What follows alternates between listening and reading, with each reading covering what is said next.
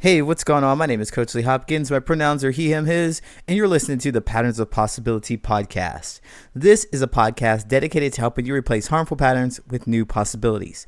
In each episode, we'll explore topics that inspire you to be yourself, live your truth, and make lasting connections. In this episode, we're going to talk about friends and associates. There's a huge difference between the two, and quite often we confuse our associates with friends, and that's just no good for anyone in the picture.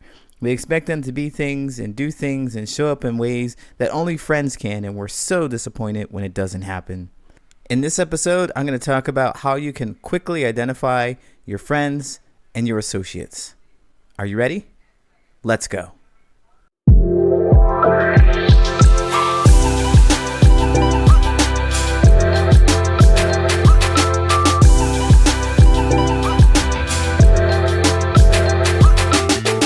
I know a lot of us out there are really struggling to make meaningful relationships, and we will grab at anyone who gives us any kinds of attention. Any kind of attention. They smile at us, or they do something nice for us, or they give us some information that might help us, and we're thinking, oh yeah, these are perfect people. They're going to be friends. We're going to get closer to them, and they're going to be amazing friends to us because they've already given us this token, this gesture that they like us, right?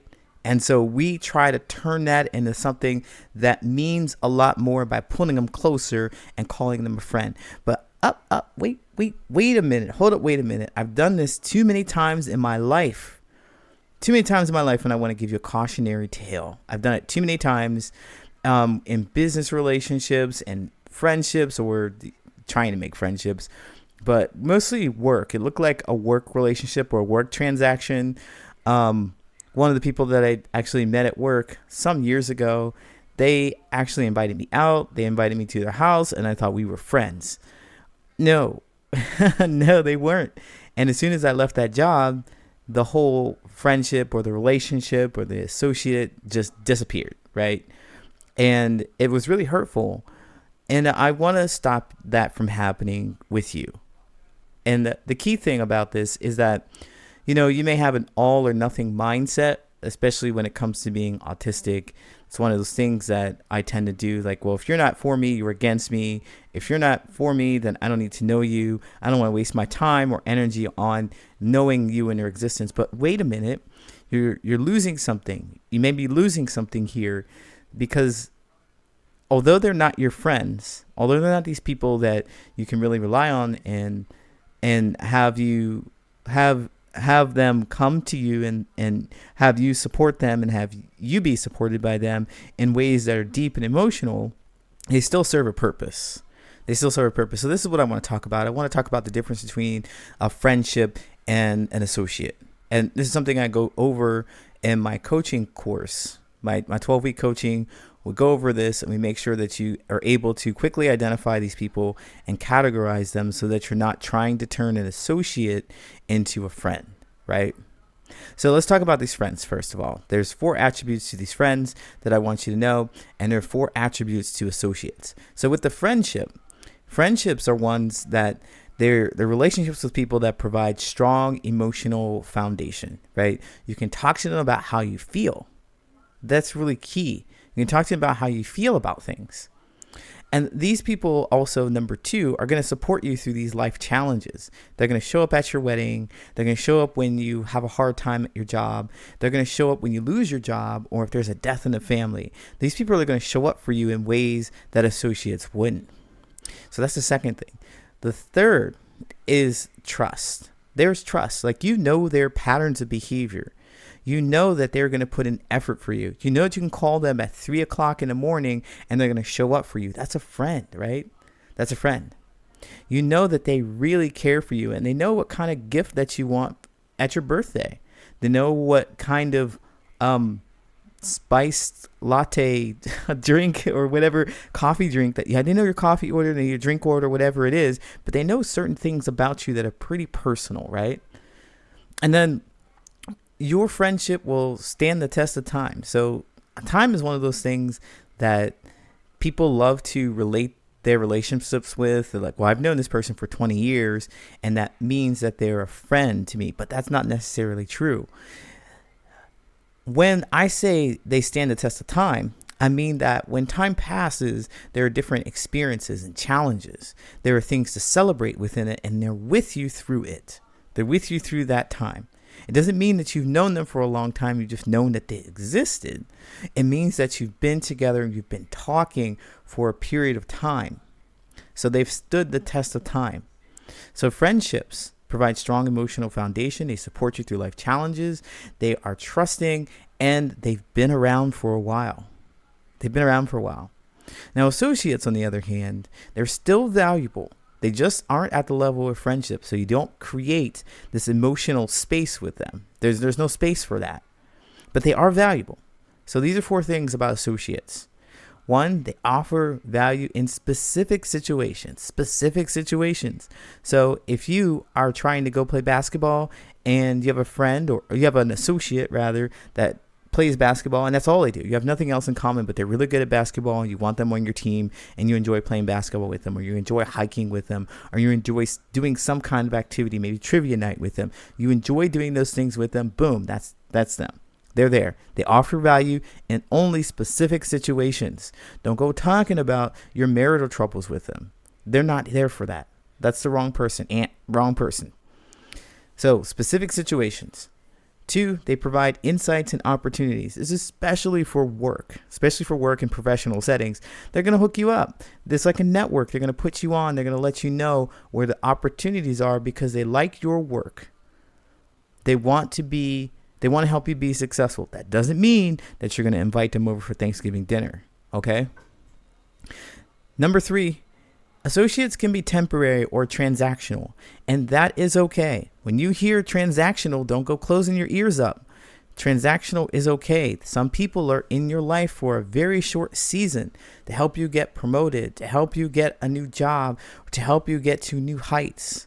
They're here to help you get information, right? So it's transactional. You give them something, they give you something. And it's okay. We all need each other in some capacity. All right?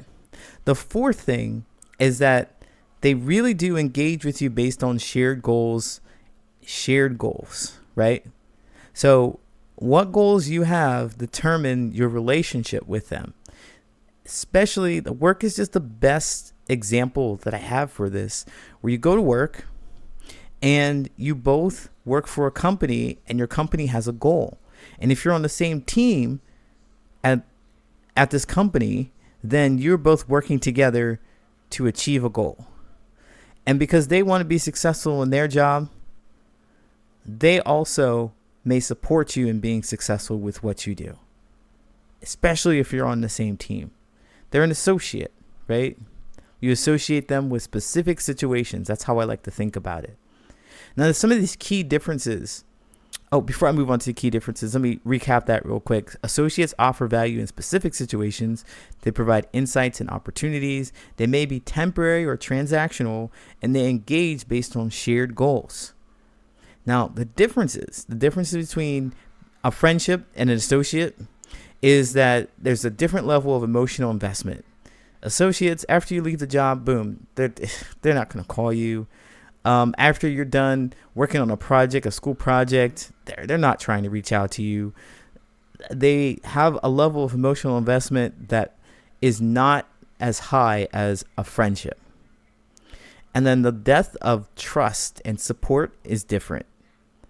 You trust your friend a lot more than you trust your associate. The third, longevity and resilience. So you've been around your friend for a long time. And you've been through similar experiences, and you've shared those experiences, and you understand how they're going to show up for you. It could be the same with your associates. You understand that they're not going to go the extra mile for you unless it's a specific situation. And also remember, one of the biggest differences between a friendship and an associate is that they serve different purposes in your life. Different purposes. Your friendship is for emotional support mostly, and your associate is more transactional. And it's okay. Both are valid. You need both of them. Now that you know the difference between the two, Now, there's no difference between the two. You have to be able to discern who is going to be a friend when you meet new strangers out in the wild. Who is going to be a friend? Who could possibly be your friend? And who is likely going to be your associate? Because one of the things that I used to do was dismiss everybody. Nobody's ever going to be my friend. Everybody wants to use me. I don't want to be anybody's associate. I can't be friends with somebody who wants to use me. You have to change that mindset. You have to remove that idea that everybody has to be your friend, or everybody who runs into you is going to be a real close friendship, trying to create that, or not going to be a real close friendship. There is something in between. You'll have more associates than you will have friendships, just because the level of emotional intensity is less for associates. The work to put in to become a friend is a lot more than becoming an associate, because you associated with just one blip in time, one experience. But the friendship, you'll have many experiences, and they're more deeply emotional. You'll spend more time, you'll invest in these people, and you'll talk to them a lot more than you would an associate. So you'll have a lot more associates that you say hi and bye to because they serve a specific purpose for you, and you might need their support. And you can throw a little bit of support their way too, emotionally. But the close friendships, the relationships that really nurture you and help you feel less alone, they require time, intensity, and energy. You don't have a lot of that, right? So naturally, there'll be fewer friendships than associates, but both are equal, both are valid. And I want to leave you with this. It's really important that you know that everybody is going to let you know with their words or actions if they are your friend or if they are an associate. It is up to you and only you to decide whether or not they are capable to be a friend or if they're capable of being an associate. You get to categorize these people. It's not based on what they want. It's always based on what you want. And if you have no idea what you are looking for in your relationships, you may struggle with this. In fact, I know you will struggle with this because you don't know what a friend is. You don't know what that is defined for you. You won't be able to say, there's my friend. This is what my friend does. So what I'd like you to do is think about that. What are your friendships like? Look around at the people in your life. What do you want? What's missing? What do you have that you like? And then go from there. Hey, Patterns of Possibility fam, I want to thank you so much for all of your positive feedback for the Supportive Connections course. The outpouring is just ridiculous. If you haven't heard about this, I dropped it a couple of months ago on my website, patternsofpossibility.com. Just click resources to get instant access to the free Supportive Connections course. You're going to learn exactly what you need to create healthy, supportive relationships. Because a lot of us, if you grew up in a household which you didn't see healthy connections, you were trying to figure it out all by yourself, you might not know what it looks like to be in a healthy relationship. This is for you if you find it difficult to communicate your own needs, or you feel like you always have unmet expectations in your relationships. If you struggle to recognize toxic behaviors, or you keep tolerating disrespect, manipulation, or control, this is for you. And it's free. Go to patternsofpossibility.com, click on resources, and get instant access to this free Supportive Connections course today. Now let's do the listener letters. If you have a question about your family, friends, business, coworkers, anything that goes on with your relationships, you can write me at patternsofpossibility@gmail.com. I cut off my best friend. She's been my best friend for 15 years, except I was never her best friend. Something shifted in me earlier this week, and I'm on the road to emotional recovery. And while shopping for her baby shower gift, I started feeling resentful. And that surprised me because I've done all sorts of stuff without expectation throughout our friendship. But this time I realized she'd never put the same amount of care or enthusiasm into a gift for me. For context, I'm 34. I'm done tolerating terrible friendships. I'm sure she cares for me in some way, but honestly, she never calls me or make plans. It's always been this way. We've fallen into a habit where I always reach out first. It's just trash, isn't it? I mean, feel free to weigh in. I think that I'm really starting to value myself and believe I deserve friends who do the same for me.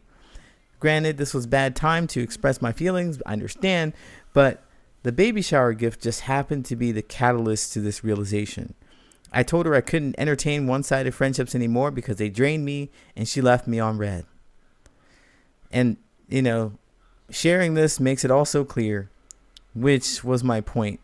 I thought I was overreacting.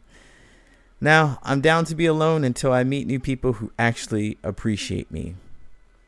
So there's no question here. They're just venting. They're just saying, hey, listen, my friendship is not what I thought it was, and I woke up to it. Good for you. Good on you, really. It just takes some time. 15 years. We tolerate a lot of things. We do everything.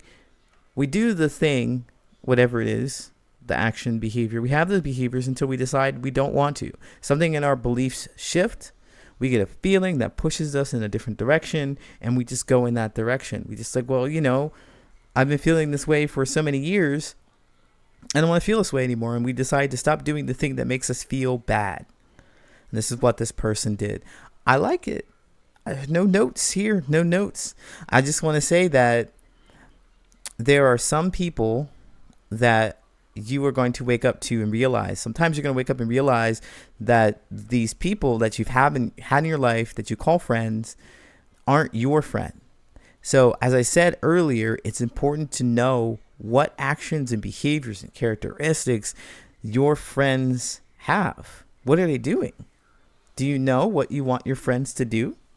And it's one of the things that you really need to think about, because most of my clients, actually every single client, will come to me and they'll say they're looking for friends, and they'll look back in their relationships and they say, oh yeah, that wasn't great. Or they're currently around people who don't make them feel great, and they hesitate to let them go. And they hesitate to let them go because they don't know what to do next. Where am I going to go? What people, how do I, if these people don't like me, then what am I going to do?